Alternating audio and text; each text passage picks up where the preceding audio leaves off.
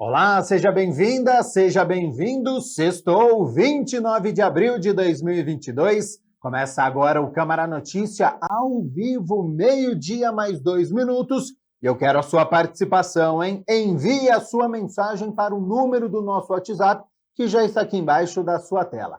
19 é o nosso DDD, 978293776. Lembrando sempre, hein? O WhatsApp apareceu na sua tela um pouquinho antes, olha só, estou apontando aqui para ele, tem o nosso QR Code. Então pegue o seu celular, abre a câmera como se fosse tirar uma foto e você aponta para este QR Code, porque aí já vai aparecer na tela do seu celular o WhatsApp da TV Câmara Campinas. Você aperta e manda o seu elogio, o seu questionamento, tem alguma dúvida, alguma pergunta, manda para a gente, que a gente conversa ao vivo nesta sexta-feira. Confira a partir de agora os destaques de hoje. Comissão de Defesa dos Direitos da Criança, do Adolescente e da Juventude discute o autismo e a inclusão nas escolas. Comissão de Cultura se reúne pela terceira vez e debate centenário da Semana de Arte Moderna de 1922. Câmara participa da primeira de 11 audiências públicas promovidas pelo Executivo para debater com a população o futuro do transporte público. E o fim de semana está chegando. Já sabe o que vai fazer? Tem programação? Então a Agenda Cultural te ajuda. Tem shows, stand-up comedy e, claro, estreias no cinema.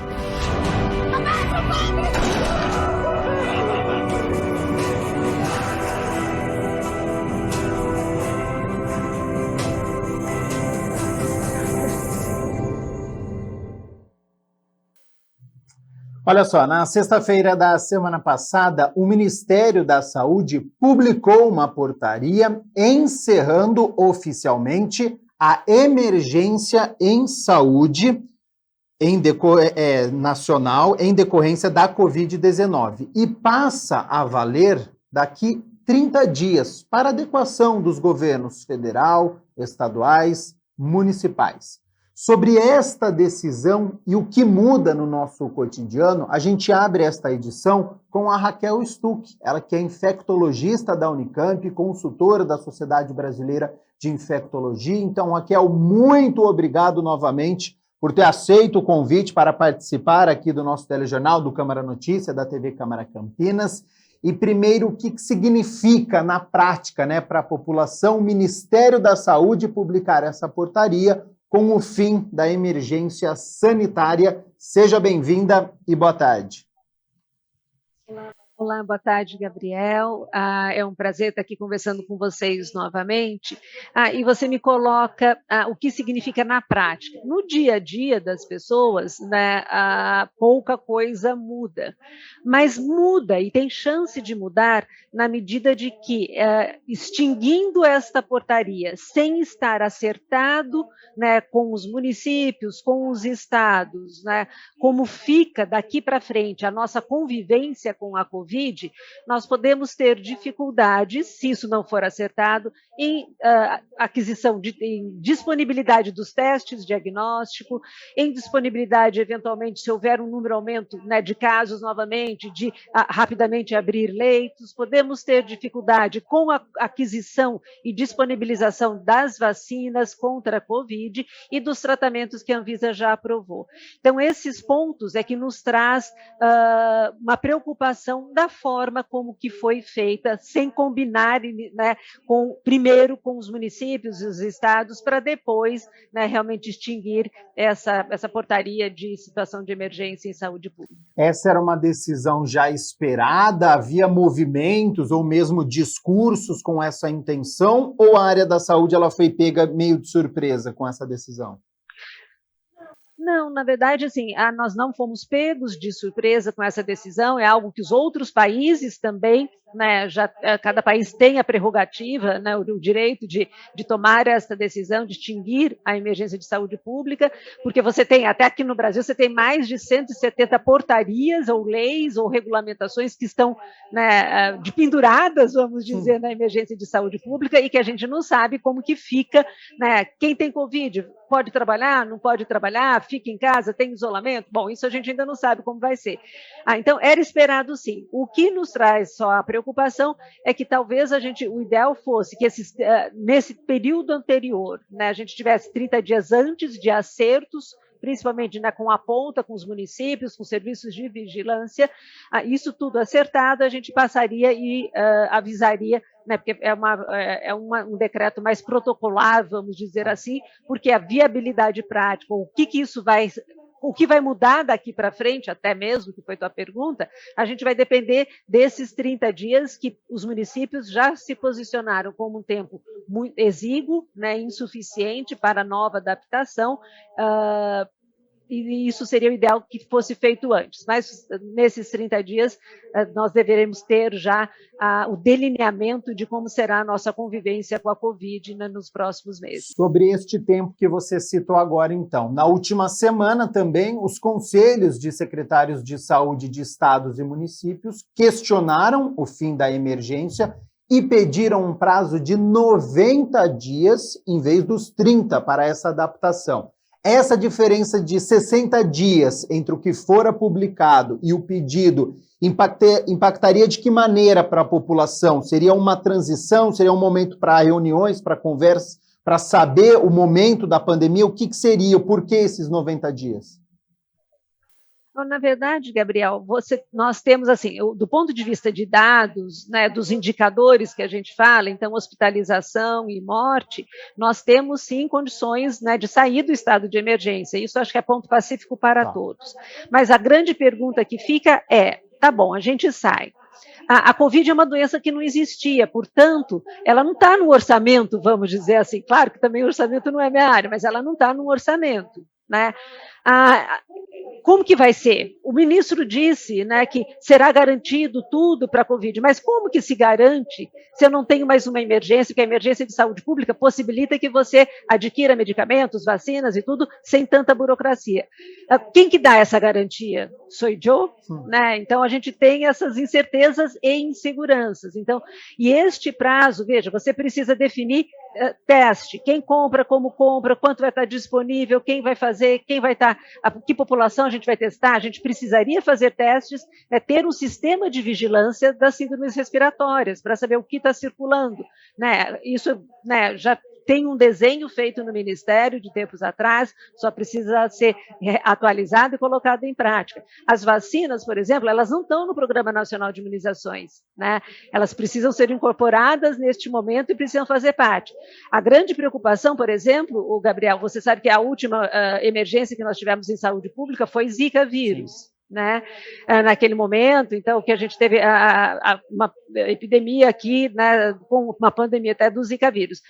Passou aquele momento de um número maior de casos, terminou a situação de emergência e terminou também o cuidado com as crianças, com as famílias, Gabriel.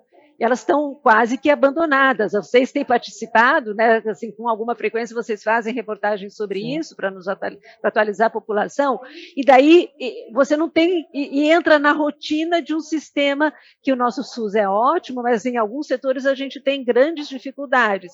Então, a nossa pergunta tá bom, a Covid não é mais, e a Covid vai ficar com a mesma dificuldade que as famílias que têm as crianças com Zika, com a mesma dificuldade da malária, da tuberculose, nós vamos perder todo o esforço feito nesses 2 anos, e o prazo de 30 dias, realmente, eu não sou gestora, mas realmente me parece um prazo muito pequeno para que a gente possa, né, garantir um lidar adequado com a Covid. Nós temos a Covid longa, né? A estimativa é que 10% a 30% das pessoas que tiveram Covid, mesmo leve, tenham sintomas de Covid longa, e elas vão precisar de um acompanhamento acompanhamento. Nós já temos estrutura para isso? Não temos. Nós precisamos criar, e criar fora da emergência ou sem ter um planejamento prévio fica muito mais difícil. E aqui nós, no Câmara Notícia, nós fizemos já a reportagem, né, sobre a questão das sequelas, deste acompanhamento que é necessário fazer, às vezes através de fisioterapia, então realmente essa é uma preocupação que existe. Ô Raquel, quando outros países flexibilizam as medidas, é um parâmetro para o Brasil? É importante acompanhar o que acontece no mundo ou cada país tem uma característica e o que importa são as taxas daqui? O que acontece do outro lado é importante para a gente? Dá para copiar? É diferente? Tem as nossas características?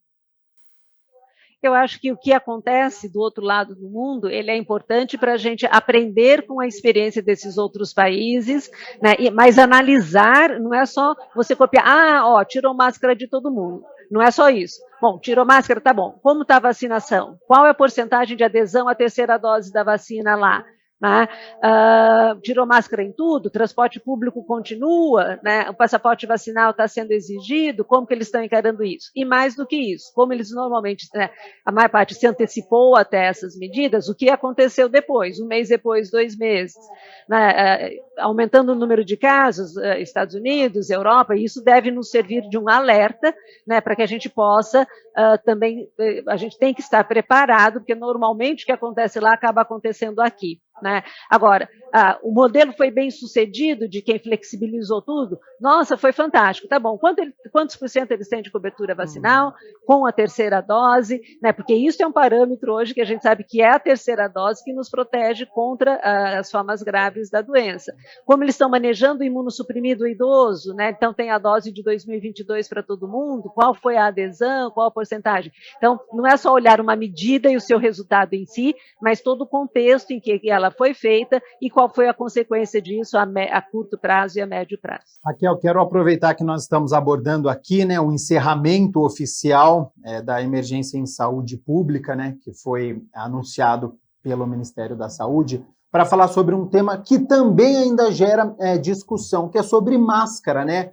Porque tem uma parte que fala, né, que atrapalha o desenvolvimento da criança, enfim. Queria saber o seu posicionamento para o momento que nós estamos vivendo, para as crianças abaixo dos 5 anos e, portanto, sem vacina. Orientação é que se utilize ou não. E para as crianças acima dos 5 anos já vacinadas, altera este cenário?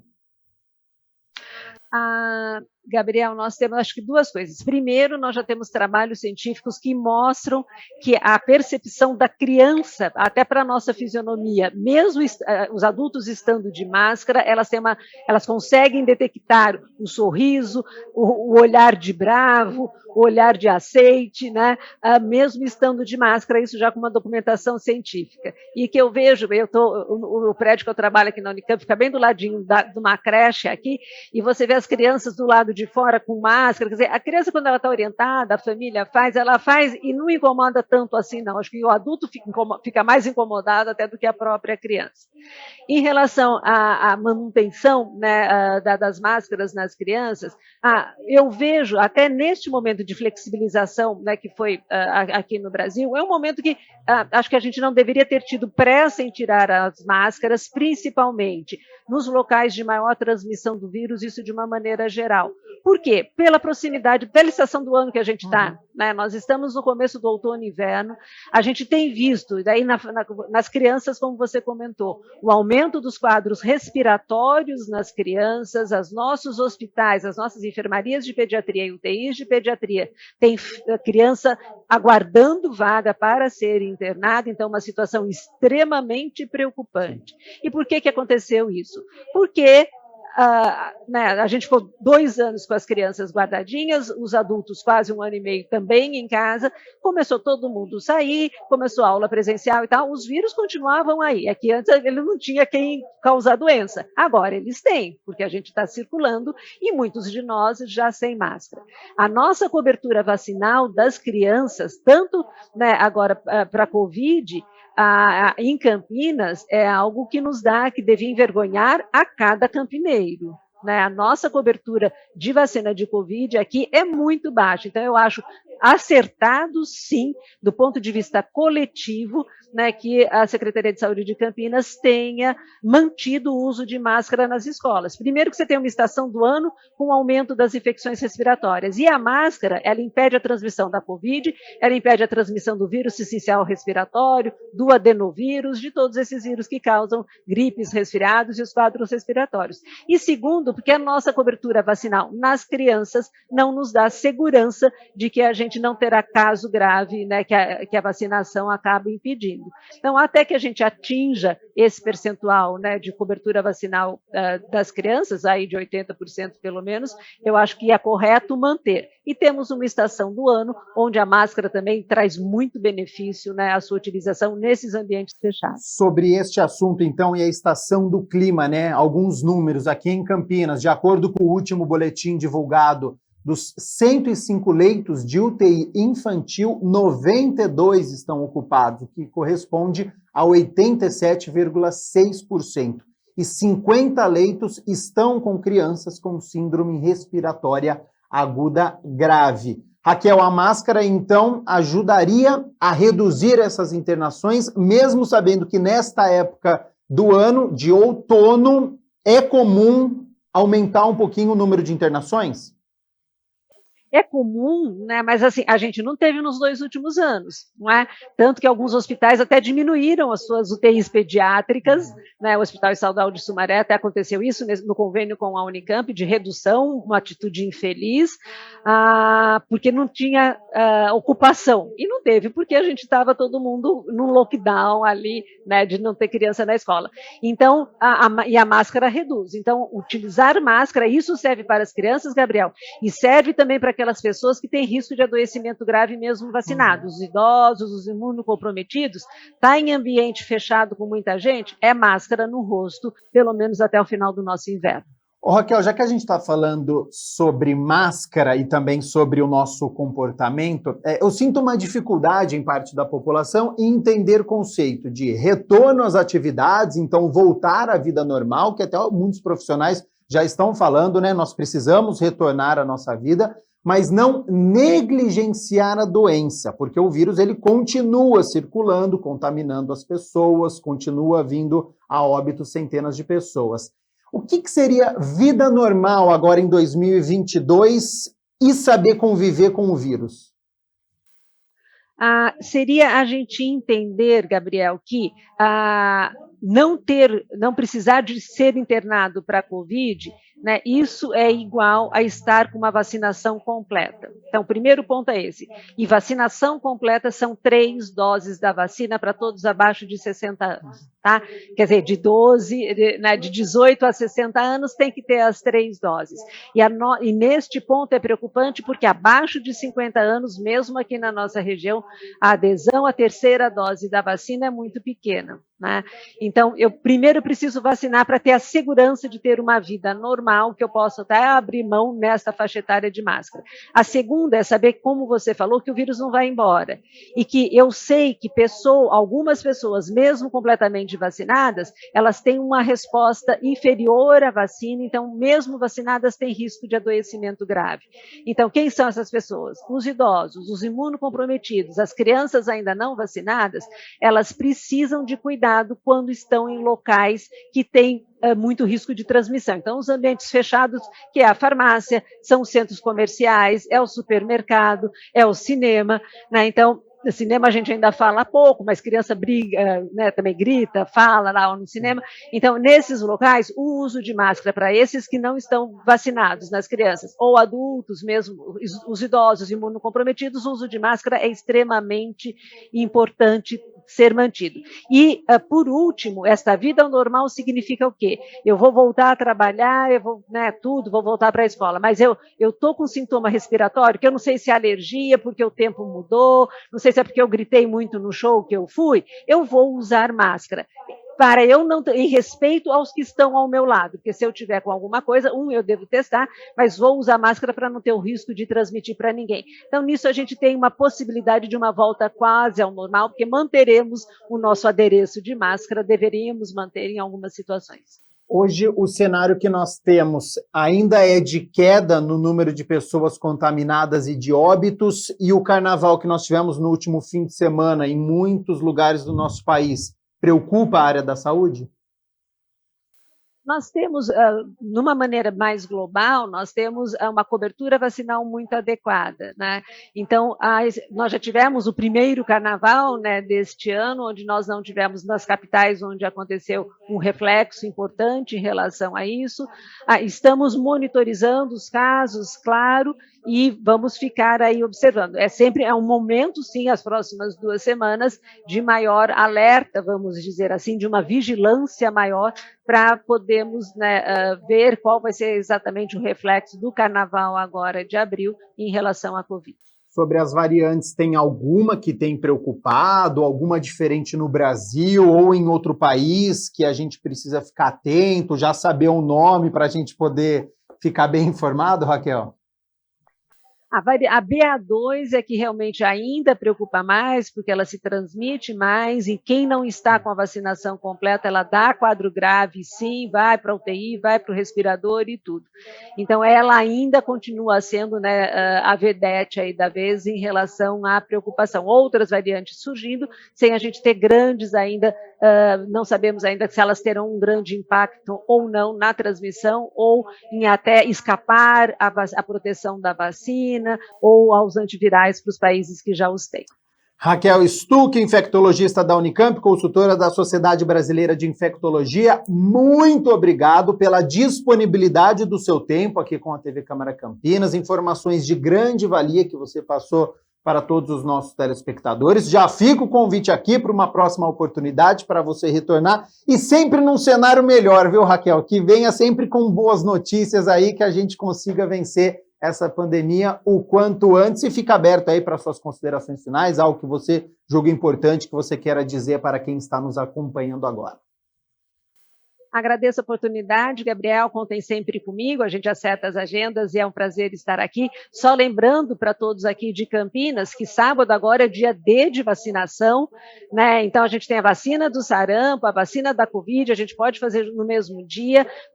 É um horário que as pessoas que não trabalham aos sábados conseguem levar, não precisa de agendamento, então é um convite para todas as famílias atualizarem a vacina das crianças, dos irmãos mais velhos, dos pais, dos avós neste momento. Não percam o dia D de vacinação. E tem vírus influenza também em 35 centros de saúde, que nós vamos falar daqui a pouco também sobre esse dia D. Já falamos ontem, vamos falar um pouquinho mais daqui a pouco. Muito obrigado, então, Raquel Stuck, infectologista, tirando as nossas dúvidas aí, né, sobre esse fim da emergência e também sobre o panorama da Covid-19 aqui no nosso país.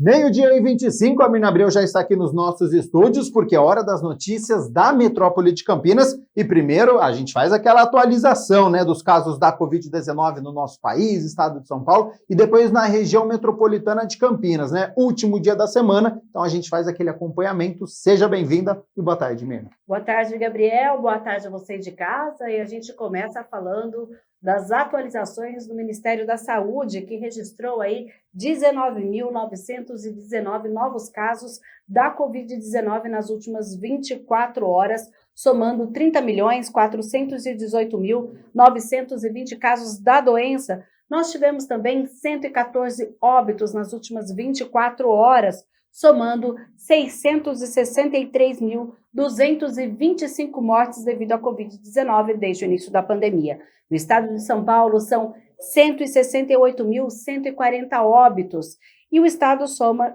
5.380.307 casos da doença desde o início da pandemia. Vamos falar da região metropolitana?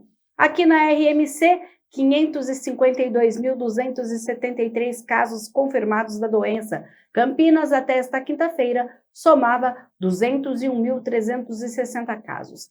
Indaiatuba aparece na sequência com 55.241, Sumaré, 39.221, Americana, 37.797, Santa Bárbara do Oeste, 35.108, Hortolândia, 30.432 casos, e na sequência aparecem os municípios de Paulínia, Itatiba, Valinhos, Vinhedo. Depois nós temos as cidades de Cosmópolis, Jaguariúna, Arthur Nogueira, Montemor, Nova Odessa, e lá no final dessa listagem, Morungaba com 3.090 casos até o momento. De acordo com esta última atualização, 155 pessoas testaram positivo para a Covid-19 no município de Campinas. E quando a gente fala em mortes devido à Covid-19, a RMC soma então aí 12.369 óbitos devido à Covid desde o início da pandemia, e Campinas, até esta quinta-feira, somava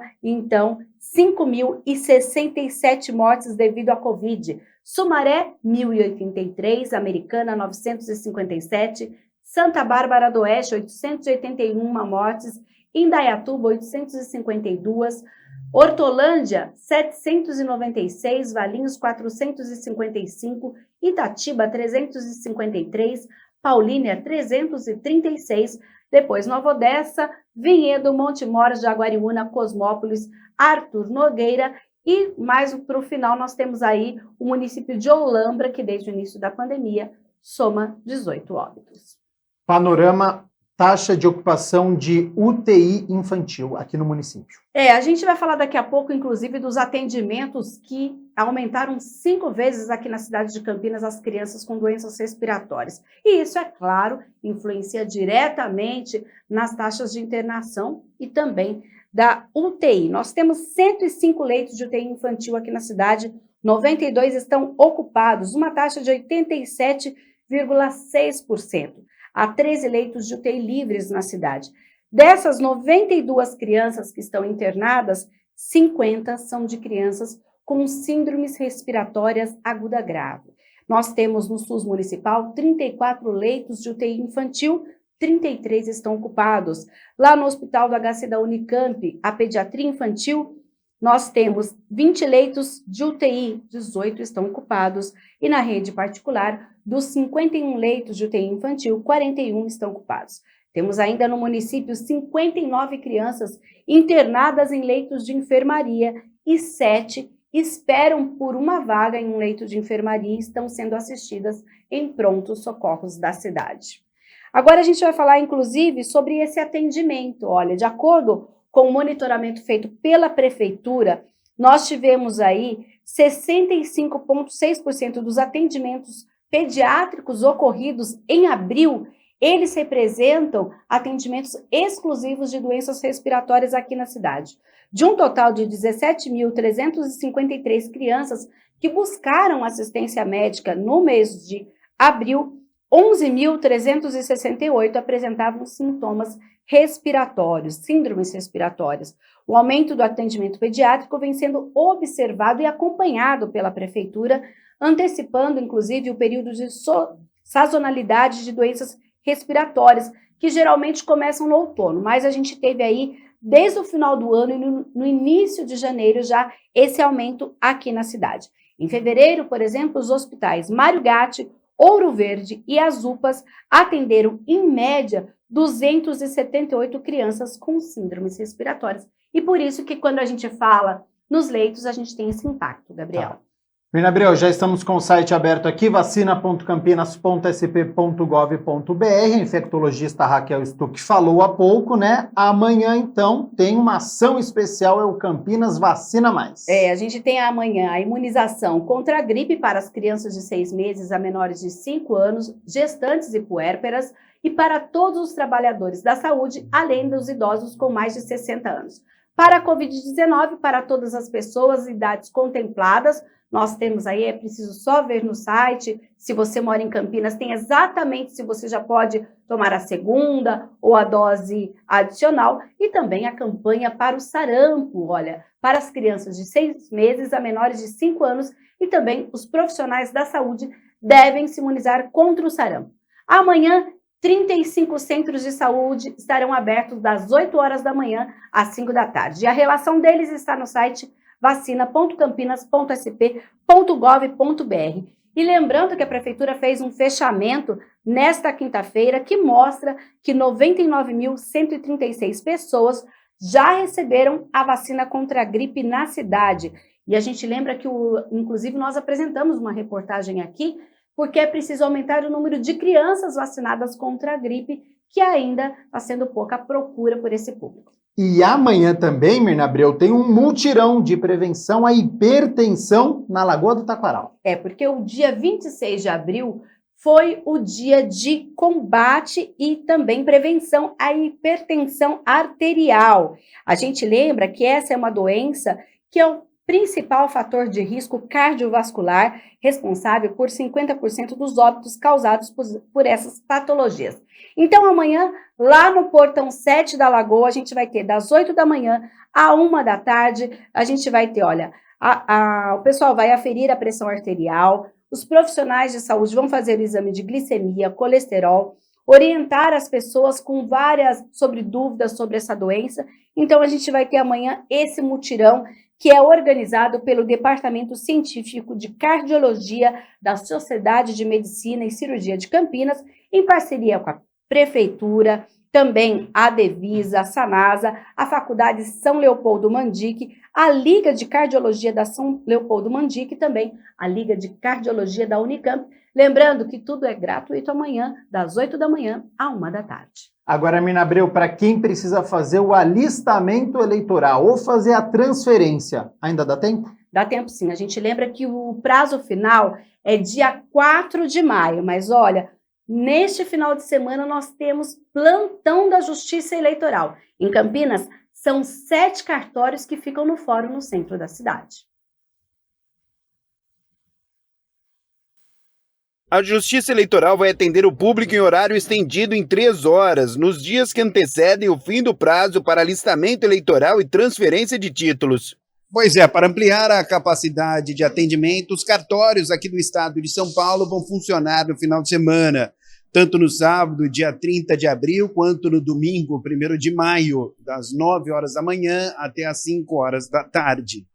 Nós continuaremos também atendendo online os requerimentos que forem submetidos através do Título NET, no portal do TSE. O atendimento será realizado até o dia 4 de maio. Não há agendamento, é por ordem de chegada. Todos os serviços oferecidos pela Justiça Eleitoral estão disponíveis por meio do atendimento online. É só o eleitor acessar a página do Título NET, disponível no sítio do TSE, ele consegue fazer o autoatendimento. No atendimento online, eleitores e eleitoras podem consultar multas e emitir a guia de pagamento. E caso o título esteja cancelado, requerer a regularização. Podem consultar os débitos, emitir a guia e fazer os requerimentos de alistamento, de transferência, de alteração de local de votação.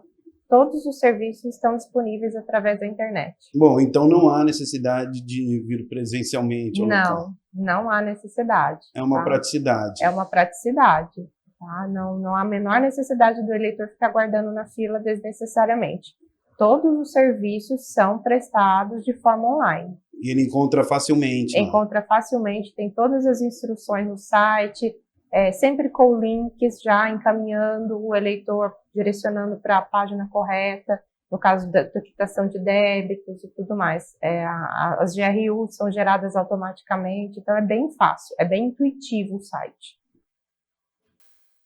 12h34, nós estamos ao vivo nesta sexta-feira. Mirna Abreu, a cidade de Campinas, está com novos semáforos inteligentes. Sim, o anúncio foi feito nesta quinta-feira pela Prefeitura de Campinas e agora os semáforos inteligentes foram instalados também nos cruzamentos das ruas Valdemar Pascoal e Antônio Cesarino, no centro da cidade, e lá no distrito do Ouro Verde, no cruzamento entre as avenidas Suassuna e Jacaúna. Outros 3 pontos já contam com a tecnologia. Uma cidade que cresce como Campinas está crescendo, que aumenta dia a dia o número de veículos transitando em suas ruas, tem que modernizar os seus equipamentos de controle do trânsito. Sem a tecnologia e a inovação, vereador, nada disso vai ser possível. Nós temos, prefeito, em Campinas, como o senhor já disse aqui sobre o plano de expansão, nós temos aproximadamente 700 cruzamentos semaforizados. Então a meta é, dentro de 6 meses a 1 ano, colocar 10% dessa quantidade, dos 700, 70 semáforos com essa inteligência, com o semáforo inteligente. E a ordem de prioridade vai ser cruzamentos com congestionamento né? E trânsito em horário de pico, principalmente.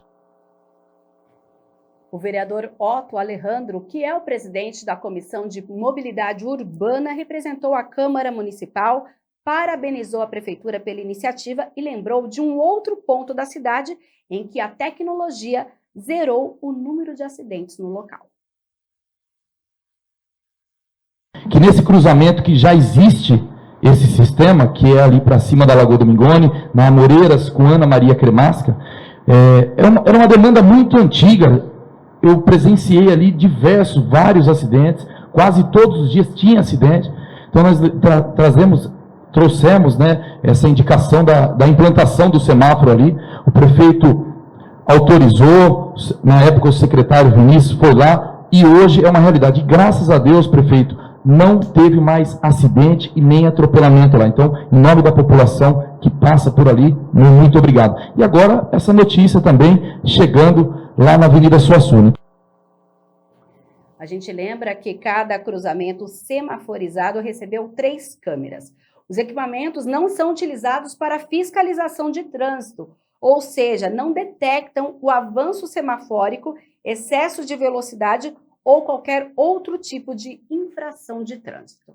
E Mirna Abreu, para encerrarmos as notícias da metrópole de Campinas, tem uma mostra afrofuturista que vai até domingo lá em Hortolândia. Isso mesmo, aqui pertinho do lado de Campinas acontece uma mostra que permite conhecer o continente africano em outros olhos, destacando a diversidade, a beleza dos países. E a reportagem é de Michel Amorim.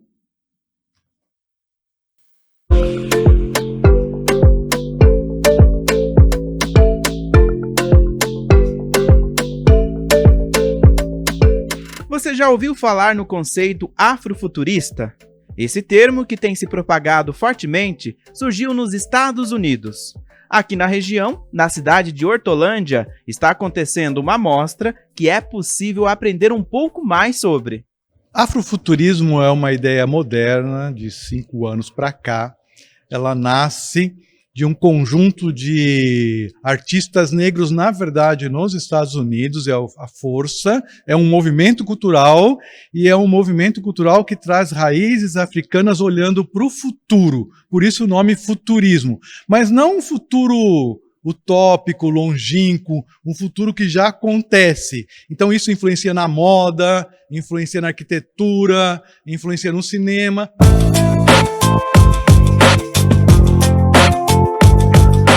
No filme Pantera Negra, podemos ver a cidade de Wakanda, que é uma representação utópica. Mas as roupas, os prédios, dão uma ideia desse afrofuturismo. Mas isso não está tão distante da nossa realidade. Construções como a cidade projetada pelo cantor Akon, no Senegal, e também um polo tecnológico no Quênia, o Konza Technopolis, já estão em andamento na África. O Brasil, infelizmente a sua mídia mostra muito pouco da África atual, a África contemporânea. E existe uma África que está construindo, se eu não me engano, 10 projetos parecidos com Dubai, hoje, já em construção. E nós não temos essa informação. Então a ideia da mostra aqui é mostrar essa cultura africana, a cultura das cores, da estética, da alegria de viver, mas pensando também que os 54 países africanos estão construindo as suas nações com cidades moderníssimas e olhando para o futuro.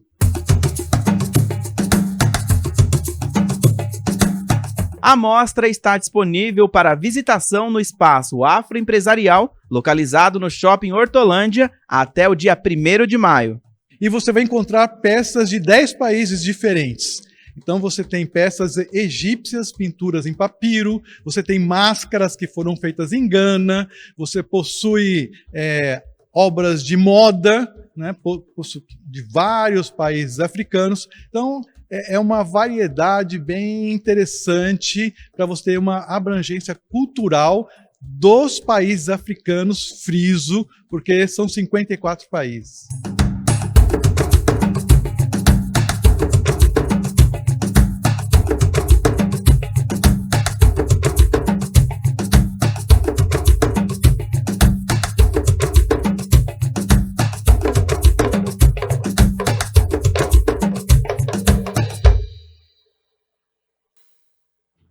Meio-dia e 41, nós estamos ao vivo nesta sexta-feira. Vamos fazer o seguinte, rápido intervalo e na volta a Mirna Abreu entrevista ao vivo o vereador Major Jaime, que já está aqui nos nossos estúdios, porque é hora do Em Pauta, então não saia daí.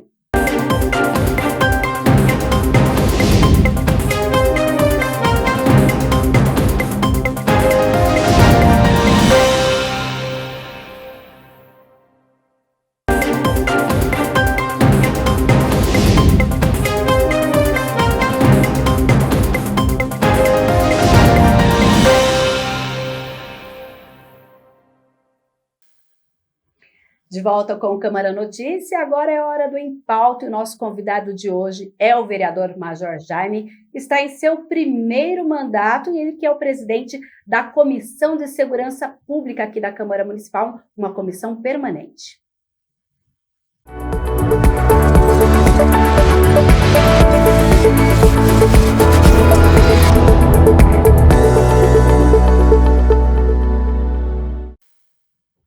E como eu já comecei falando da Comissão de Segurança Pública, um assunto que é sempre borbulhante aqui em Campinas, na nossa cidade, vereador, seja bem-vindo, uma boa tarde. E eu já vou perguntar sobre a sua atuação na comissão, o que ela tem feito. A gente repara que, inclusive, vereador, independente das reuniões que ela promove, o senhor tem sido muito solicitado pelos seus colegas parlamentares durante as reuniões extraordinárias, até nas falas deles, quando a gente trata do tema segurança pública.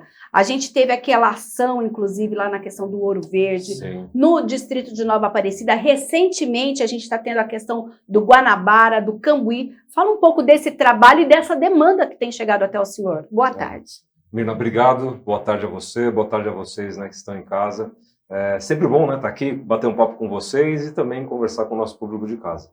Mirna, boa pergunta, porque todo mundo me caracteriza muito, né, Major Jaime, Polícia Militar, né, segurança, e a gente se depara com vários assuntos ligados à segurança, e a minha missão, sempre que eu pensei, desde o primeiro momento, quando eu assumi o cargo aqui, foi de ser um facilitador. Então, eu tenho, né, com certeza, pessoas que eu conheço, que a gente trabalhou junto, né, pessoas que estão no comando hoje da nossa PM aqui em São Paulo, da Polícia Civil, da Guarda Municipal, pessoas que a gente conviveu, e isso facilita, né, o nosso bate-papo. E nesse bate-papo, o que facilita é a aproximação, que eu sempre faço, dos vereadores, independente da área que ele esteja, independente do partido, independente de até alguma ideologia, para que a gente possa resolver algumas questões. E a segurança é um compromisso que eu tenho, como presidente da Comissão de Segurança, de fazer essa aproximação e tentar minimizar os efeitos que a insegurança pode trazer.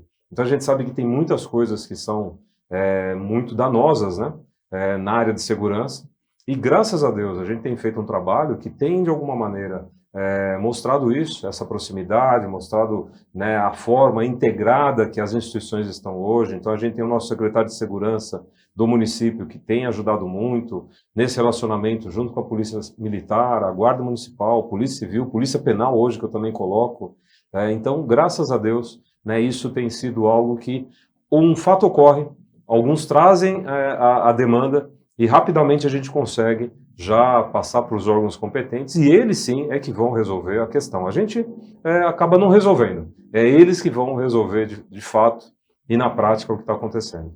A gente, inclusive, teve alguns momentos em que a Câmara voltou a ter o atendimento presencial, as reuniões presenciais, e mesmo as que acontecem pelo sistema de deliberação remoto, o senhor traz temas importantes nessa comissão, e eu destaco aqui, inclusive o senhor falou sobre a questão do policiamento.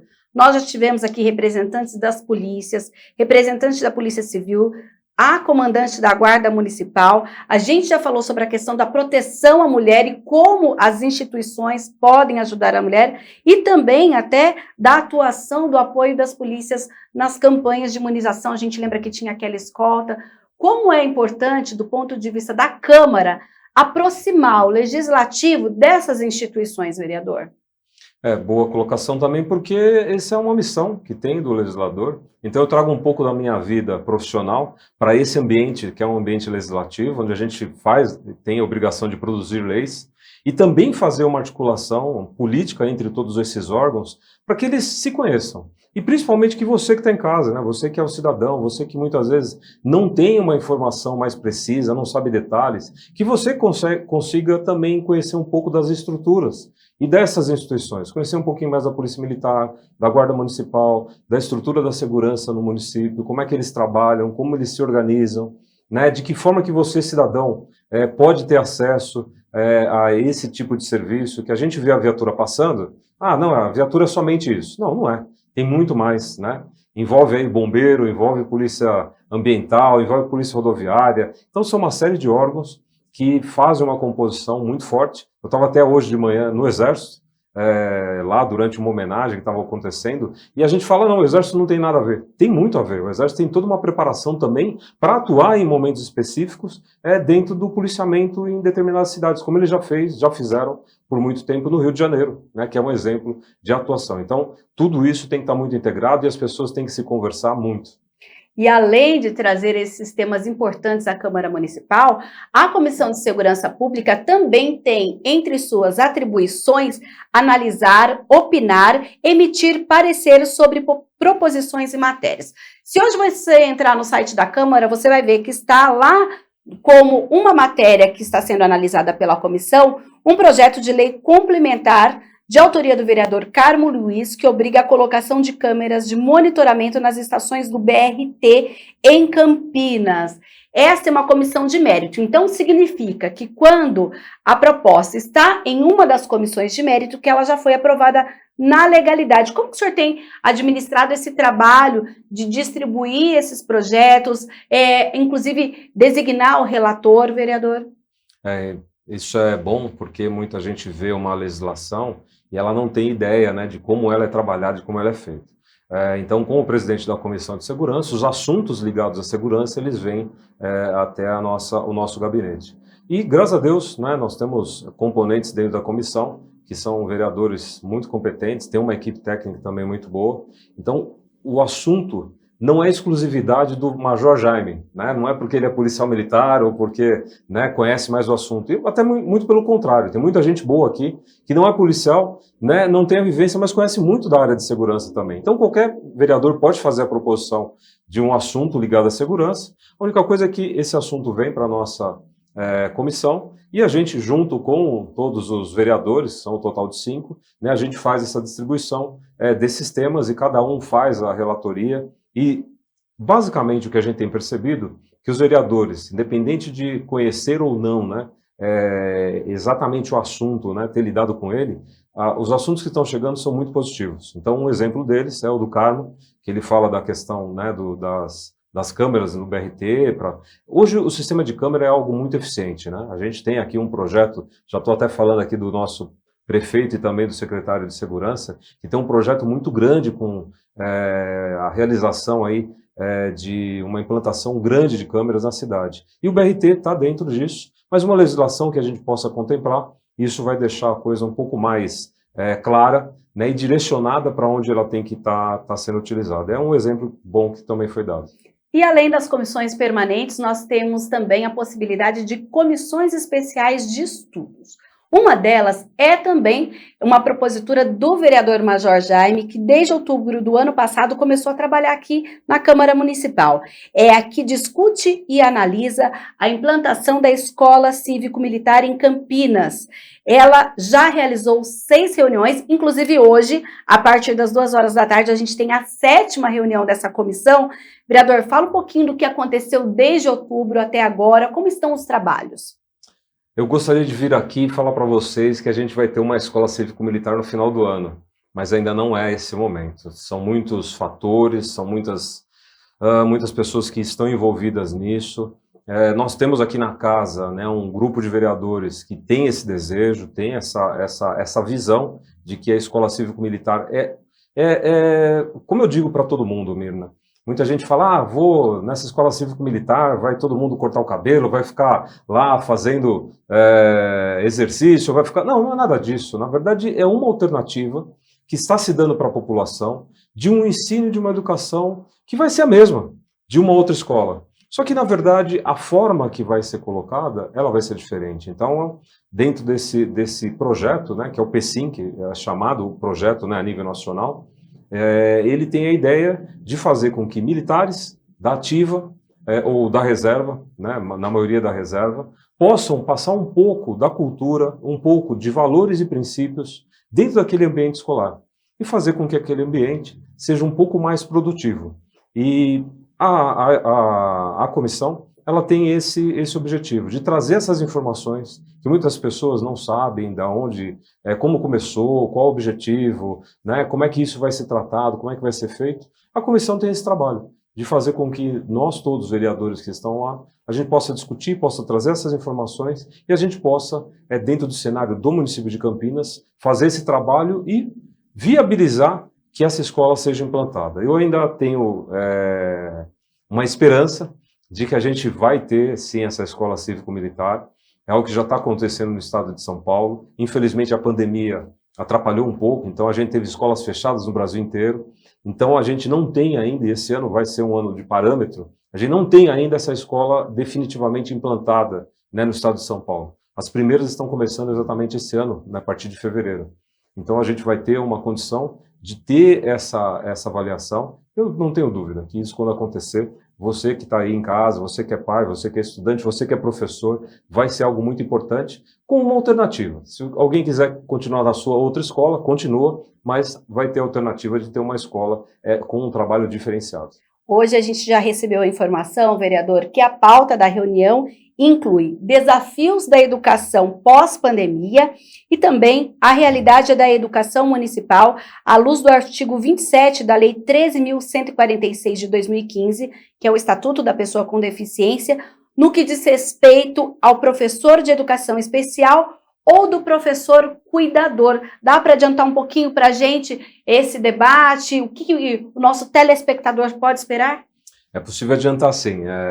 A Escola Cívico-Militar, né, essa comissão que nós formamos, ela tem o interesse, sim, de viabilizar e deixar essa oportunidade para que o cidadão de Campinas possa ter essa opção de escola. Mas, ao mesmo tempo, é um tema que tem sido muito recorrente. Mirna, é impressionante, né? Eu posso ser da segurança, posso ser, né, uma pessoa lembrada por isso, mas é impressionante como vem demandas da área da educação e da saúde.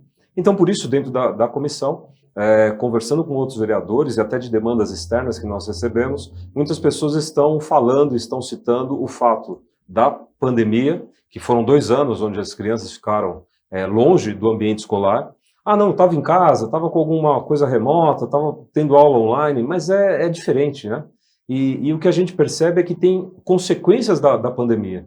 Então a gente vai discutir hoje com especialistas quais são esses efeitos, né, o que vem acontecendo e como é que a gente pode buscar algumas alternativas para minimizar, né, esse prejuízo de 2 anos afastado da escola. E ao mesmo tempo a questão também desse cuidado que tem que ter das crianças com necessidades especiais, que para quem não conhece esse trabalho, é um trabalho fundamental que é feito também principalmente agora pelo município, mas que existem questões que têm que ser tratadas e acho que é importante que o público também participe para que ele também nos dê alguma informação, algum testemunho, nos dê embasamento para que a gente possa trabalhar melhor com esse tema, né, aqui junto no município. E você que entra no site campinas.sp.leg.br, vai lá em atividade parlamentar e se você digitar o nome Major Jaime em autor, aparecem todos os documentos protocolados pelo vereador. A gente tem indicação, requerimento, ofícios e agora a gente destaca aqui um projeto de lei ordinária assinado pelo senhor, que inclusive, juntamente com o vereador Paulo Gaspar, que fala do Programa de Prevenção contra a Prática de Atentados Violentos nas Dependências das Escolas. O que é esse projeto? O que ele traz de importante unindo aí a educação e a segurança, vereador? Meninas, vocês estão estudando, hein? Vocês estão indo lá e buscando esse projeto, para quem lê assim, mas o que é isso, né? O que quer dizer exatamente? Infelizmente, nós temos relatos, e isso já aconteceu aqui no Brasil, em Suzano, particularmente, mas a gente tem a experiência americana. Pense naqueles filmes que você já viu e situações que já aconteceram nos Estados Unidos, de crianças que estão no ambiente escolar e, de repente, sabe lá por qual fato, por o que disparou aquilo? Jovens ou adultos entram lá armados e começam a fazer as crianças de refém, começam a atirar nos corredores, começam a atingir pessoas e gera um pânico. O que esse projeto vem trazer, juntamente com a Secretaria de Segurança Pública do Estado de São Paulo e também do município, é fazer com que a gente possa, através desse programa, e eu também agradeço ao Paulo Gaspar por também estar junto nessa iniciativa, é fazer com que a gente consiga, através do programa, elaborar medidas, principalmente de prevenção a esses fatos, que podem acontecer. Aconteceu, alguns anos atrás, numa cidade aqui, Suzano, e de repente 2 jovens entraram e fizeram, toda aquela tragédia que a gente tem, os relatos. Então, esse programa tem o objetivo de fazer com que a gente, quando fala do ambiente escolar, a gente tem que lembrar dos pais, tem que lembrar dos professores, dos funcionários, dos professores em si, dos alunos, de todo mundo que está ali naquele ambiente. E como é que eles vão proceder se isso de fato acontecer? Então, a gente vai ter treinamentos. Hoje a Polícia Militar já desenvolve isso, a Guarda Municipal também desenvolve isso. Isso vai ser, através do programa, um pouco mais organizado dentro de um planejamento, dentro de um estudo que está sendo realizado, e se realmente a gente tiver a aprovação desse projeto, acredito que vai ser algo muito importante e um benefício que a gente vai trazer para o município nesse momento que vai ser um momento que a gente não quer passar. A gente está fazendo prevenção e a gente, quando usa seguro, a gente faz seguro de carro, de casa, a gente não quer usar. E esse programa é exatamente isso. A gente quer ter a prevenção, mas em momento nenhum a gente quer utilizá-lo. E você que quer acompanhar aí o trabalho do vereador Major Jaime, você encontra em atividade legislativa lá no site também, ou então você vai na aba vereadores, lá tem o histórico do vereador e todos os projetos, inclusive, vereador, atendimento no gabinete também já está normal, né? Ainda bem. Eu gosto muito disso, de atendimento. A gente passou por um período que não podia receber as pessoas aqui. E eu ia até as pessoas, recebia até em alguns lugares diferentes, mas eu gosto muito de conversar com as pessoas. A gente sabe que nem tudo a gente consegue resolver, então as demandas que entram aqui é das mais variadas, E tanta coisa que são pedidas, e nem tudo a gente consegue. Mas a gente consegue, às vezes, orientar, viabilizar, passar alguma notícia ou alguma orientação. Então, eu falo para você que meu gabinete está à disposição, é o gabinete 8, você pode chegar aqui na Câmara Municipal. Muitas vezes eu venho todos os dias, não tenho certeza que eu venho todos os dias, mas nem todos os momentos eu estou aqui. Mas pode conversar com um assessor meu, ou de repente comigo, se eu de repente estiver, e a gente vai atender e vamos ter a devida compreensão, e a boa recepção que você merece. Lembrando que a Câmara fica na Avenida da Saudade, 1004, vereador. Muito obrigada e já fica um convite para um retorno numa próxima oportunidade. Mirna, agradeço, Parabéns pelo trabalho. Você que não acompanha a TV Câmara, faça esse acompanhamento. É uma TV que tem uma infinidade de assuntos aqui e sempre deixando para você boas orientações. Eu que agradeço, um abraço a todos. Obrigada e boa tarde. Olha, e daqui a pouco, então, o Gabriel estará de volta aqui no Câmara Notícia logo após um breve intervalo.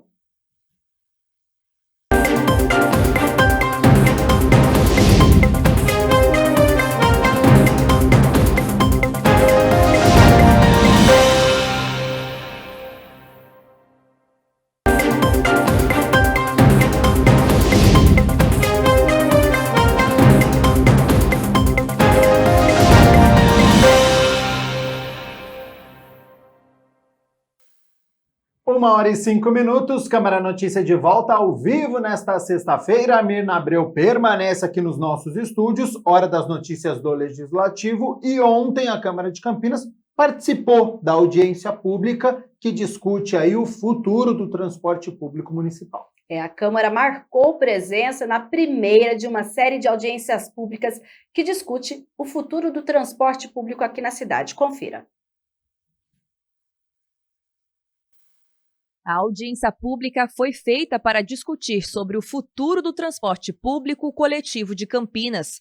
Os debates, coordenados pela Empresa Municipal de Desenvolvimento de Campinas, a INDEC, e pela Secretaria de Transportes, a CETRANSP, abordaram um novo processo de licitação para a concessão dos serviços de ônibus no município. Licitação é o processo por meio do qual a administração pública contrata obras, serviços e compras. É quando a prefeitura avalia propostas de fornecedores e escolhe aquela que for mais vantajosa. Já a concessão é quando a prestação de determinado serviço é transferida para uma outra empresa que esteja mais apta a assumi-lo. É isso que está sendo debatido neste momento aqui em Campinas, junto com reformulações do transporte público coletivo. O diretor-presidente da INDEC, Vinícius Riveretti, e o secretário de Transportes, Fernando de Caires, anunciaram as mudanças previstas para o novo processo licitatório. Entre as melhorias, se destacam ações de caráter ambiental, como a eletrificação de 100% da frota municipal. Hoje, 128 veículos de Campinas já são elétricos, a maior parte deles funcionando no corredor BRT. Outras diferenças serão sentidas dentro dos ônibus, onde serão instalados ar-condicionado, Wi-Fi e carregamento USB. Além disso, os meios de pagamento, que hoje são por bilhete único e QR Code, vão ganhar como opções cartão de crédito, cartão de banco digital, Pix e ainda a NFC, que é um sistema de troca de dados por aproximação do celular. Eu defendo muito a mobilidade urbana, mas de forma muito clara, o transporte público, né, o trânsito, mas vamos falar do transporte, ele movimenta mais de 400 mil pessoas diariamente, então a grande maioria da sociedade ela vai até o local de trabalho, ela vai até um local de lazer, ela vai na casa dos amigos através do transporte público, então é uma das principais ferramentas, né, na minha visão, de desenvolvimento econômico, né? Através disso você consegue fazer a economia girar e chegar até o local do trabalho ou um lazer, enfim. É um desenvolvimento econômico, social, um meio turístico também.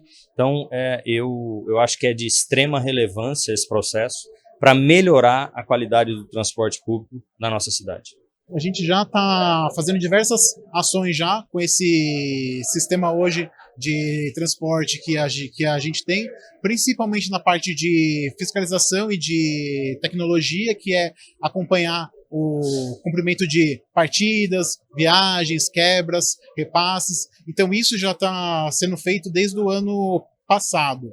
A gente espera concluir esse processo licitatório até o final do ano, agora, aí depois tem mais um prazo que é de 180 dias, que é para quem ganhar o certame conseguir comprar ônibus e todos os outros os equipamentos. E o prazo para tudo isso acontecer e se concluir é variável, porque, como o próprio nome diz, as audiências públicas são abertas a qualquer pessoa que queira participar, e serão 11 no total, até 7 de maio, em diferentes bairros da cidade. Esse é o momento de sugerir, de perguntar e de compartilhar demandas de quem mais usa os serviços.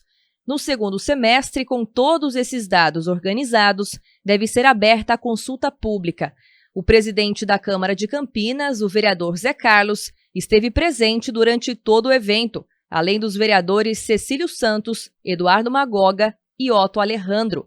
Uma aproximação importante entre legislativo e executivo. A reivindicação antiga da população, porque hoje em dia, nessa atual conjuntura do transporte público da cidade de Campinas, a gente tem recebido muitas reclamações de ônibus velho, de ônibus que quebra durante o itinerário, atraso nas linhas de ônibus. E agora com o evento do BRT, que está praticamente 90% dele pronto, é importante que se faça essa discussão com a população para essa nova licitação, um novo modal da cidade de Campinas, que é o BRT, e nós não podemos, a população não pode desperdiçar essa oportunidade de estar discutindo qual é o modelo melhor para se termos um transporte de qualidade na nossa cidade. Para a Câmara Municipal, isso é de extrema importância. A nossa responsabilidade aumenta durante essas audiências públicas, com participação, com sugestões, porque somos nós o elo entre o executivo e a população, uma vez que, quando tem problema no transporte coletivo, é lá que é a ressonância dessas reclamações, é lá que a população procura para que a gente tente fazer as intervenções necessárias de acordo com aquilo que a população merece e necessita. E hoje já acontece a segunda audiência pública, dessa vez vai ser em Sousas, no Salão Paroquial Igreja Santana, a partir das 6 horas da tarde. Lá no site da Prefeitura tem os dias e locais das outras audiências públicas que vão acontecer agora nas próximas semanas. Hora de falar sobre o trabalho das comissões, até porque ontem a Comissão Permanente de Cultura se reuniu. Se reuniu e discutiu aí, a gente está na semana da centenário da Bienal e este foi o tema. O presidente da Comissão Permanente de Cultura, vereador Paulo Búfalo, comandou a terceira reunião ordinária da comissão na tarde da quinta-feira, dia 28. Para iniciar, Búfalo falou sobre o tema da reunião. Cumprindo, então, a nossa tarefa, que é apreciar os projetos correlatos aqui ao tema das comissões, dar pareceres aqui nesses projetos, avaliar as demandas da própria cidade no campo da política pública de cultura, também cumprimos o papel de fazer um processo formativo. Por isso, na reunião de hoje, nós vamos falar um pouco do centenário da Semana de Arte Moderna e suas reflexões contemporâneas. Então, procurar trazer um pouco para a nossa conjuntura atual. Os convidados da reunião foram Márcia Camargos, jornalista e especialista sobre a Semana de Arte Moderna, e Célio Turino, historiador. Márcia começou sua apresentação explicando o que foi a Semana de Arte Moderna de 1922. Ela se constituiu de uma exposição de artes aberta de segunda a sábado no hall de entrada do Teatro Municipal e de 3 saraus literários musicais no palco que ocorreram nas noites de segunda, quarta e sexta-feira. Agora, recuando um pouquinho mais, e isso é importante a gente saber como que foi essa organização da Semana de 22, para, inclusive, justificar e tentar entender todas as questões que a gente, assim, critica a Semana de 22, né, o que ela deixou de fora, quem não foi convidado e por que isso ocorreu, por que ela foi tão excludente assim. Então, é importante nós sabermos que tudo começou em novembro de 1921, quando o pintor de Cavalcante chegou a São Paulo trazendo uma série de aquarelas para o livro Fantoches da Meia-Noite, que seria editado por Monteiro Lobato. Célio Turino aproveitou seu momento de fala para fazer um pedido à Câmara. Eu penso que uma justa homenagem para Teresa Aguiar foi a primeira fundadora do primeiro grupo estável de teatro no interior de São Paulo, que é o Teatro Rotundo, dos anos 50, ele trabalhou junto com Pascoal Carlos Magno, Teatro do Estudante, formação do Teatro do Estudante de São Paulo, formou inúmeras pessoas, né? E seria muito justo, eu queria fazer esse pedido formalmente aqui, para a Comissão de Cultura da Câmara, que o Centro de Convivência Cultural levasse o nome da Teresa Aguiar. E não confundamos, o teatro interno também, de um queridíssimo amigo, Otávio Burnier, já falecido, professor na Unicamp. Teatro interno continua com o nome de Otávio Burnier. Mas o complexo do Centro de Convivência Cultural seria muito justo que levasse o nome da Teresa Aguiar. E, aliás, para quem não sabe, o Teatro de Arena, né, parte externa, foi inaugurado com uma peça da Teresa, dirigida pela Teresa Aguiar. Após agradecer a presença dos convidados, o vereador Paulo Búfalo fez encaminhamentos importantes para a comissão. Vamos também fazer uma gestão para que o nome lá do Centro de Convivência leve o nome da Aguiar. Vamos fazer isso. Depois eu vou dialogar com a comissão como que nós fazemos, pedir uma audiência com a secretária. Reforçando, então, que a Comissão de Cultura discutiu o centenário da Semana de Arte Moderna de 1922. E outra comissão que se reuniu na Câmara foi a Comissão de Defesa dos Direitos da Criança, Adolescente e Juventude, que discutiu educação para as crianças autistas.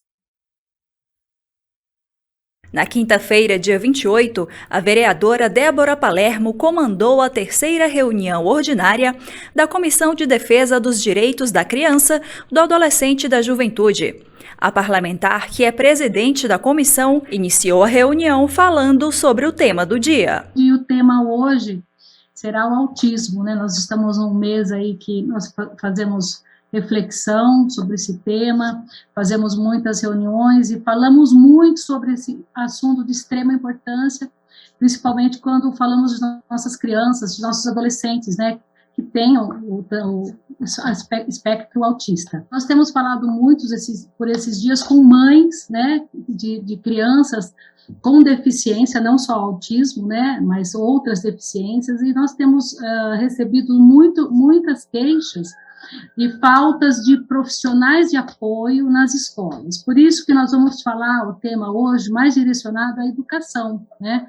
Foram convidados para a reunião Luiz Mariguete, diretor do Departamento Pedagógico da Secretaria Municipal de Educação, Suzy Ferraz, coordenadora técnica do Programa de Atenção Integral à Criança e ao Adolescente, e Angélica Ancona, professora coordenadora do Núcleo Pedagógico dos Anos Iniciais. Angélica comentou sobre a atual situação da educação especial no município. Nós contamos com alguns serviços de sala de recursos.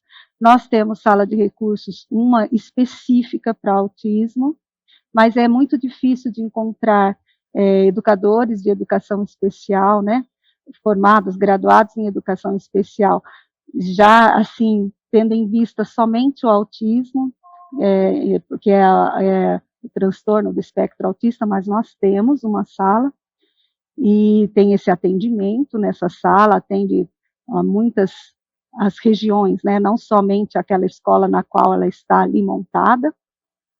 Temos também a questão dos cuidadores, né, não é uma questão tão fácil para chegar, né, a ter esse cuidador na escola.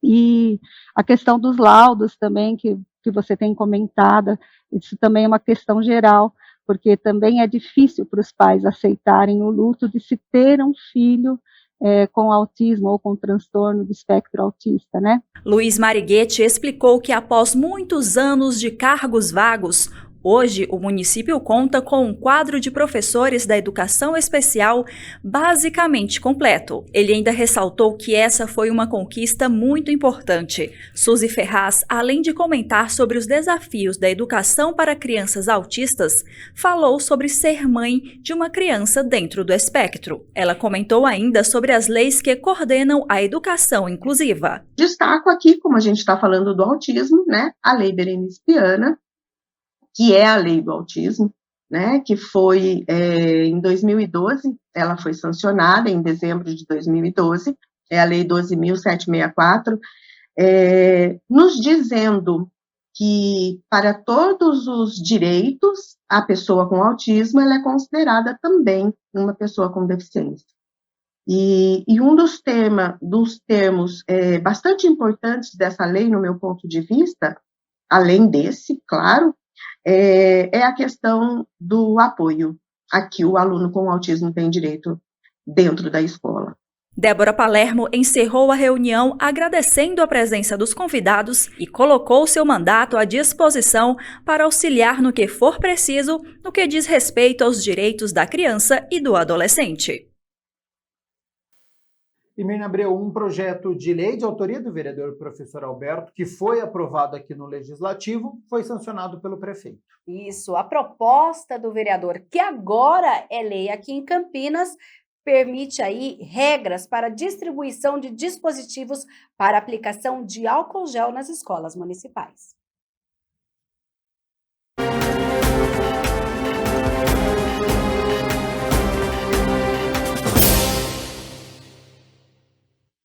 Agora é lei. Foi sancionado no dia 14 de abril o projeto de autoria do vereador professor Alberto, que dispõe sobre a manutenção de dispositivos próprios para aplicação de álcool gel antissépticos nas escolas municipais de Campinas. O texto garante que as unidades de ensino público mantenham esses objetos em local visível e de fácil acesso. Então a ideia é construir, junto à rede pública de ensino, uma política, e eu chamaria isso de um elemento cultural, porque você desconstrói uma outra cultura que não se importa, eu não estou nem aí, não, passa a ter uma percepção que os povos do Oriente sempre tiveram, especificamente o Japão, pós-guerra, a Alemanha pós-guerra, de usar máscara, de usar o álcool gel, de fazer higienização nas mãos. Nós precisamos voltar a isso, porque é isso que tem dado resultado. Esse projeto de lei não é novo, ele surgiu antes mesmo da pandemia ser decretada em março de 2020. Foi em meio ao clima de medo daquela época que o vereador, educador de formação, pensou na proteção das crianças dentro das escolas. 2 anos depois, mesmo com o avanço da cobertura vacinal entre o público infantil, limpar as mãos com álcool gel ainda é um hábito necessário, não só pelo coronavírus. Segundo o vereador, a falta de higiene dentro das escolas é responsável por várias outras infecções e em 2022, que marcou o retorno das aulas presenciais, falar de prevenção é falar de saúde. A gente criar nas escolas uma cultura de combate às doenças transmissíveis, utilizando de uma higienização eficaz.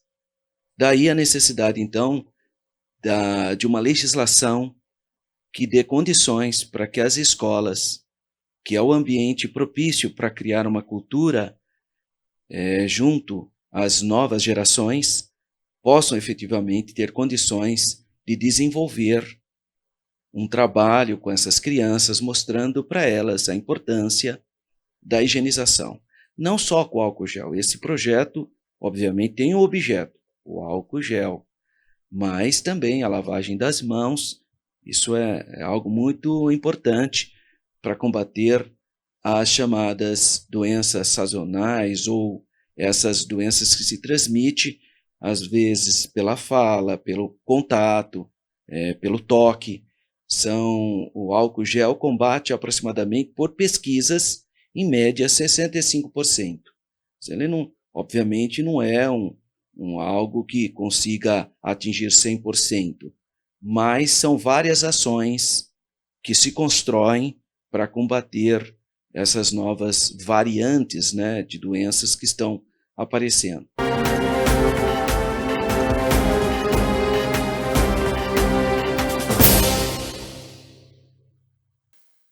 1h24. Mirna Abreu, muito obrigado pelas notícias da Metrópole de Campinas, com o Em Pauta toda sexta-feira e com as notícias do Legislativo. Ótimo fim de semana e segunda-feira tem a reunião extraordinária a partir das 9h da manhã. Sim, então um ótimo fim de semana para você aí de casa. Eu te espero segunda-feira às 9h. E olha só, hein? A nossa equipe está no distrito de Souzas, na fazenda Atibaia, que é um espaço tombado pelo CONDEPAC, o Conselho de Defesa do Patrimônio Cultural aqui de Campinas, e que foi realizado um trabalho de restauração do local. Por isso que eu aciono o repórter Michel Amorim, que vai nos contar a história do local. Então, seja bem-vindo e boa tarde. Olá, Gabriel. Olá, você aí de casa que está assistindo o Jornal Câmara Notícia. Isso mesmo, hoje eu estou aqui na Fazenda Atibaia, no distrito de Souzas, na parte rural, porque nós vamos mostrar para vocês um pouquinho do passado de Campinas. E tem tudo a ver com esse casarão aqui ao fundo, que foi restaurado pela arquiteta Ana, que já está aqui ao meu lado e vai contar essa história, que começa com o açúcar. É isso mesmo, não é, Ana? Exatamente. Aqui a gente pode ver que a história de Campinas é contada nesse conjunto de edificações. O açúcar é do século XVIII aqui em Campinas. E nós temos parte da Casa Grande, parte do engenho e um conjunto de construções que fazem com que denotem essa fase do açúcar. E no casarão é possível a gente notar a diferença nos detalhes, né? Então, tanto da parte do açúcar quanto para o café.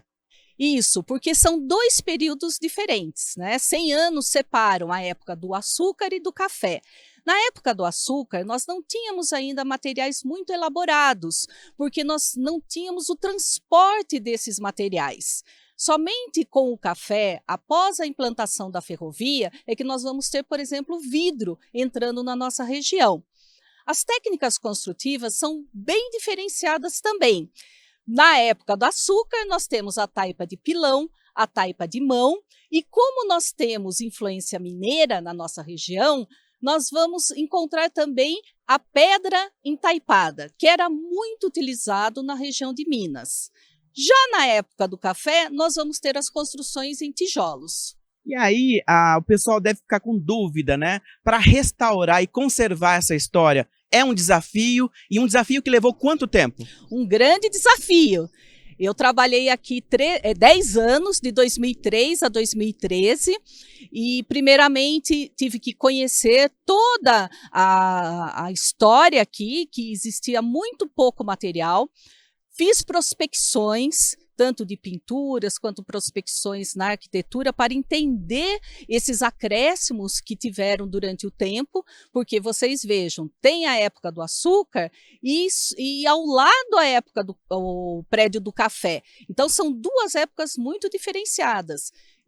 Eu tive que entender todos os elementos do açúcar, todos os elementos do café, aplicar um critério de restauro, porque fazer restauro você precisa ter um conhecimento profundo desses critérios internacionais, né? A partir daí aprovar nos órgãos de proteção do patrimônio e depois iniciar as obras. A situação era bem precária no início, quando os proprietários compraram este local, né? E fomos fazendo o restauro aos poucos e hoje está essa maravilha que vocês estão vendo. E aí, essa história começou com o pai, né, o barão, na parte do açúcar, e o filho que deu andamento então com o café. O primeiro proprietário foi o brigadeiro Luiz Antônio, muito importante e famoso na época do açúcar. Ele tinha várias sesmarias que juntas formavam a sesmaria da Fazenda Atibaia, que não coincide com o que é hoje. Hoje é bem menor.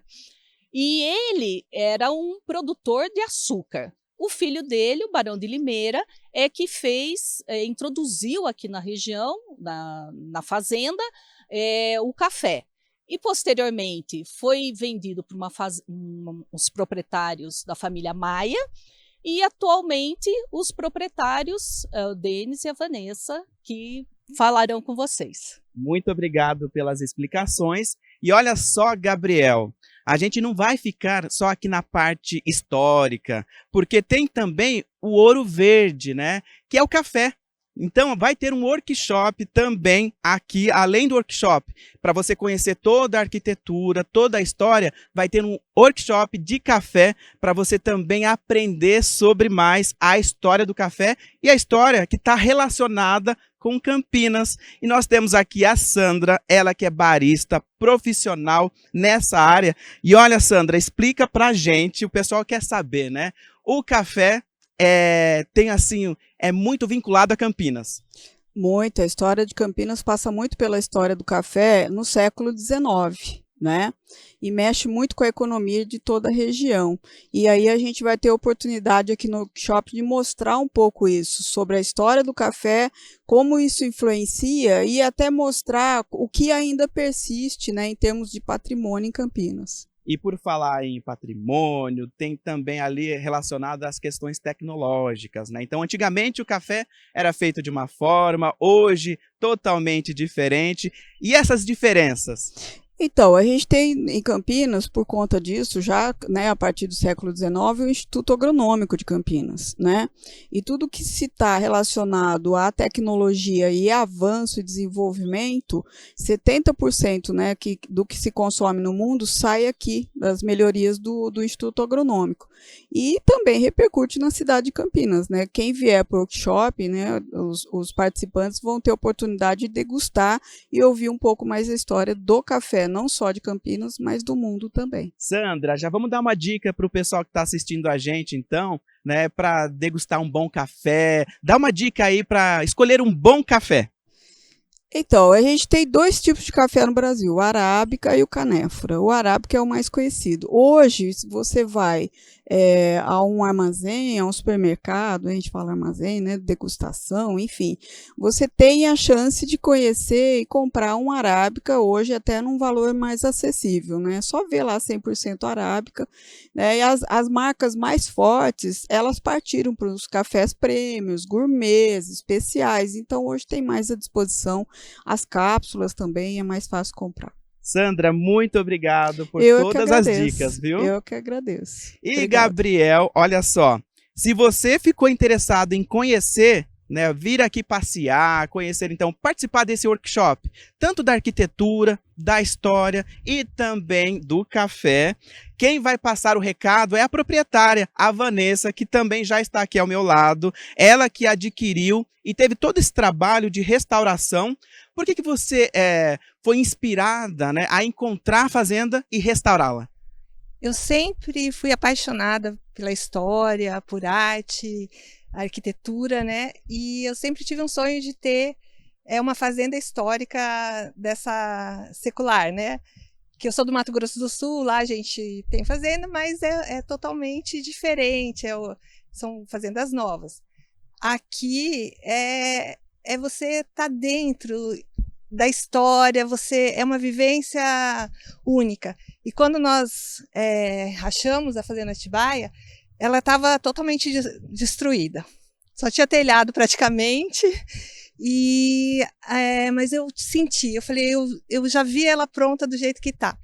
E nesse decorrer, nós tivemos, depois de uma busca bem direcionada, encontramos a arquiteta Ana Villanueva, que assim foi um presente para mim, e junto com ela, nós fizemos esse restauro de 10 anos, que ficou maravilhoso, modéstia à parte.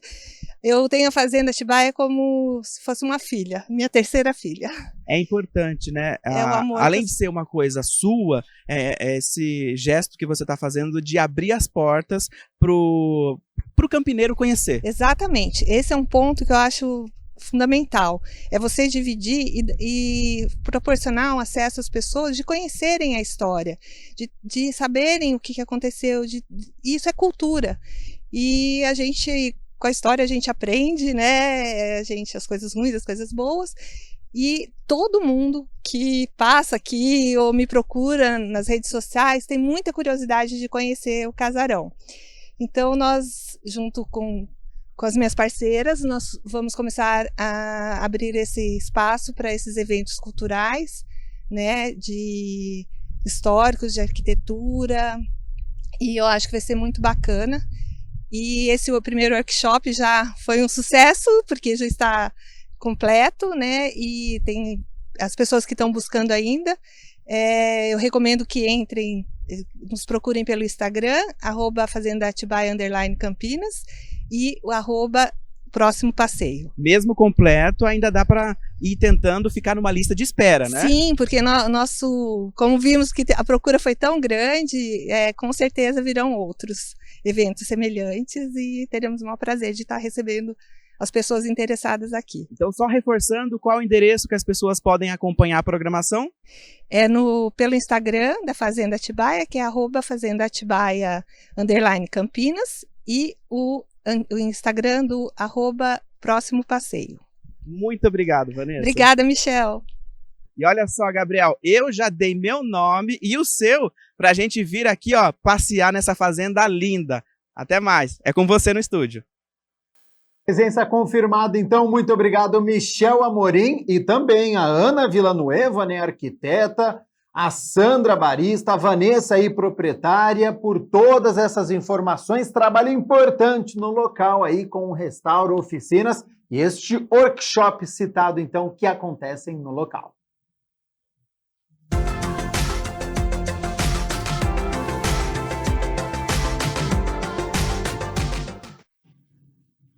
Fim de semana chegando, para você que quer sol e calor, a notícia é boa, viu? Porque o tempo segue estável tanto no sábado como no domingo, viu? Sol aparecendo durante todo o dia. Amanhã a nebulosidade aumenta, mas não deve chover. No domingo, céu azul novamente. Vamos às temperaturas, então? Amanhã no sábado, mínima de 18, máxima de 27, já que a nebulosidade aumenta um pouco aqui no município. No domingo já volta o calorão, mínima também é de 18, mas ao longo do dia essa temperatura sobe, podendo chegar aos 31 graus aqui na cidade de Campinas. E você já sabe o que vai fazer neste fim de semana ensolarado aqui em Campinas? Para quem ainda não tem programa, fique atento, porque tem show sertanejo, tem samba, show de humor, a apresentação da Orquestra Sinfônica de Campinas é para todos os gostos e você acompanha a partir de agora a nossa agenda cultural.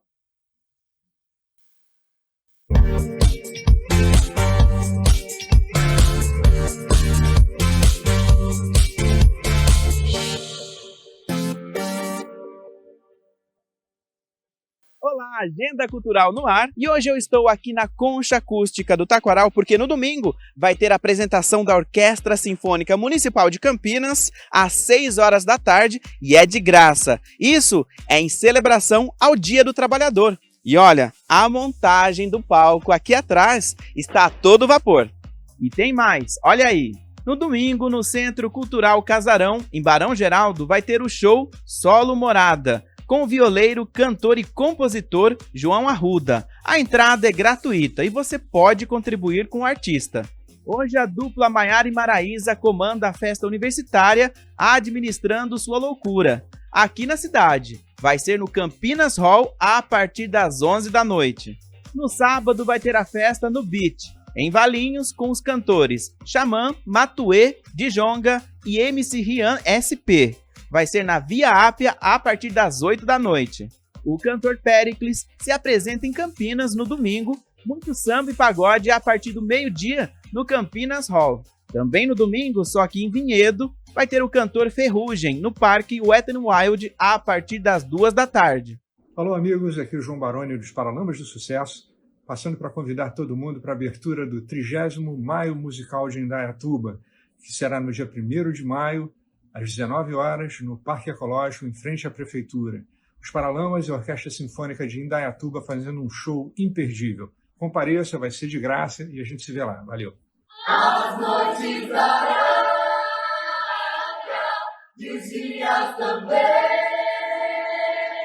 Oi, pessoal do Campinas com Crianças. Nós somos a Companhia Centro de Teatro Musical e estamos aqui para convidar vocês para assistir o espetáculo Aladim, que vai acontecer nos dias 30 de abril, às 4h30 e 8 horas da noite, e no dia 1 de maio, às 6 da tarde. Tudo com banda ao vivo. Esperamos vocês! Vai ter o show de humor com o comediante Diego, com o espetáculo Tô de Plantão. Vai ser no Teatro Iguatemi Campinas, às 9 da noite. Campinas, estamos de volta, os melhores do mundo. Estaremos com o Hermanoteu na terra de Godard. Dia 30 de abril e 1º de maio. No Teatro Oficina do Estudante, no Iguatemi. Onde eu consigo os ingressos? Ingresso digital. Vai. Cadeia alimentar. O que é isso? Você sabe o que é cadeia alimentar? Ah, cala a boca, garoto. Hoje tem o humorista Igor Guimarães com seu espetáculo de stand-up Iguinho Show. Vai ser no Teatro Interiorano Comedy Club em Campinas. E você pode conferir no Sesc Campinas a exposição Itinerância da 34ª Bienal de São Paulo. Faz escuro, mas eu canto. A entrada é gratuita e aberta para todas as idades. We're here. This nurse will be caring for you while I am away. Love letter? Maybe.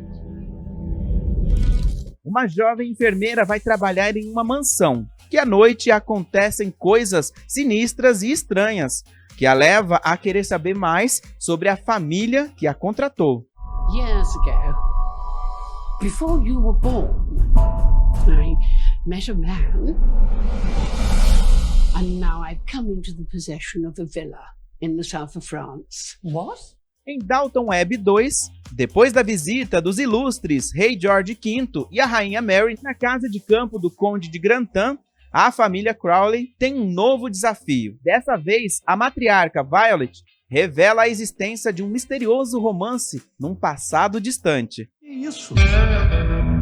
Essa semana eu terminei um namoro de 6 anos. Eu vi todos os seus vídeos várias vezes e percebi a tempo que meu noivo não era pra mim, né? No Brasileiro Incompatível, Fábio era apaixonado por Thaís e o noivado com a garota dos seus sonhos já estava encaminhado. Ele só não imaginava que seu casamento iria por água abaixo por conta das dicas de uma influenciadora digital chamada Patrícia. Agora, Fábio só consegue pensar em vingança. Vamos nos amaldiçoar com toda a liberdade. Venha, rica! O jovem Utah ganha o controle de um espírito extremamente poderoso. Então, um grupo de feiticeiros tenta ajudá-lo a controlar esse poder e também ficar de olho nele. A senhora viu esse rapaz por aqui? Não, senhora. E não.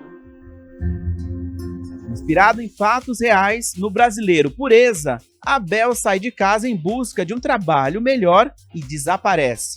A mãe Pureza, sem saber o paradeiro do filho, vai procurá-lo em várias cidades. Nessa jornada, ela consegue um novo trabalho no Pará, como cozinheira numa fazenda. Lá ela percebe a violência com que os trabalhadores são tratados e descobre que seu filho pode estar em outra fazenda do mesmo proprietário.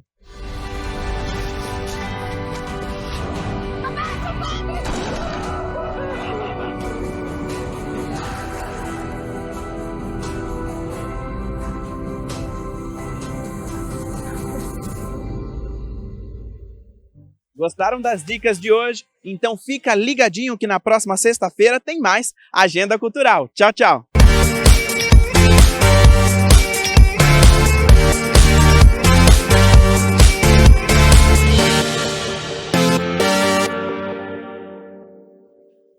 E daqui a pouco, às 2 horas da tarde, tem reunião da Comissão Especial de Estudos que analisa e discute sobre a implantação da Escola Cívico-Militar aqui no município de Campinas. E às 4h30 da tarde tem a terceira reunião da Subcomissão de Direitos Humanos aqui da Câmara de Campinas. A você aí de casa, muito obrigado pela sua companhia, pela sua audiência. O Câmara Notícia fica por aqui. Você já viu há pouco então, né? À tarde, com muitas reuniões ao vivo aqui na TV Câmara Campinas.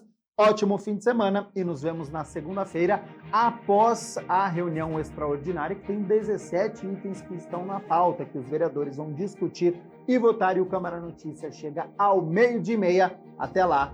Tchau, tchau.